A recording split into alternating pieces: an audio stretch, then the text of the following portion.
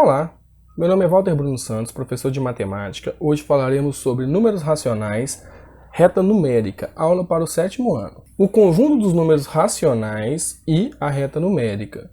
Vamos lembrar que o conjunto dos números racionais é representado pela letra Q. Vamos lembrar que todo número que pode ser representado em forma de fração com o numerador inteiro e o denominador inteiro e diferente de zero é denominado racional. Vamos a alguns exemplos. Olha aí, temos o número 2, que é um número natural, que ele também pode ser representado como uma fração. Por quê? Porque vamos lembrar que o número 2 ele não tem um denominador aparente. Um número que não tem um denominador aparente tem o 1 como denominador, então eu posso escrever esse 2 como o quê? 2 numerador e 1 denominador. Isso o qualifica para ser um número racional. O número menos 5, o número inteiro, ele também tem 1 debaixo dele, ou seja, ele também é qualificado para ser um número racional, de acordo com as regrinhas que a gente falou.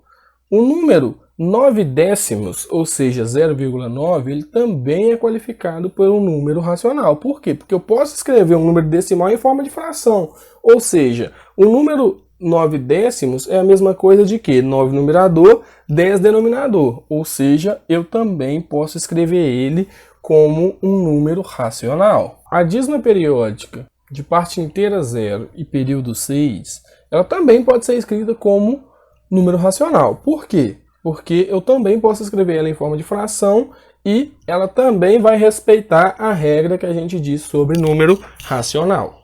Vamos pensar um pouco. Eu tenho os números naturais, aqueles que a gente viu lá atrás, que são definidos pela letra N. Tem o 0, 1, 2, 3, 4, 5, 6 e assim sucessivamente. Vamos supor que eles fossem um conjunto de números. E a partir desse conjunto de números, a gente tem um conjunto maior do que ele, ou seja, um conjunto que tem todos os números que são naturais e mais um outro conjunto de números. Qual conjunto que é esse? O conjunto dos números inteiros, ou seja, o conjunto dos números inteiros, ele tem todos os naturais mais a parte negativa, ou seja, mais alguns números que não são naturais, mas porém são inteiros, por isso que é um conjunto maior.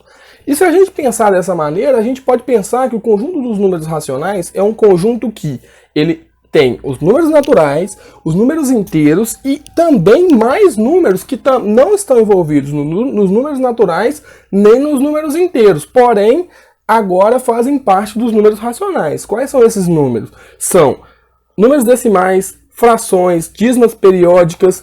Esses números vão estar presentes também nos números racionais. Vamos dar uma olhada como ficaria dentro de uma reta numérica.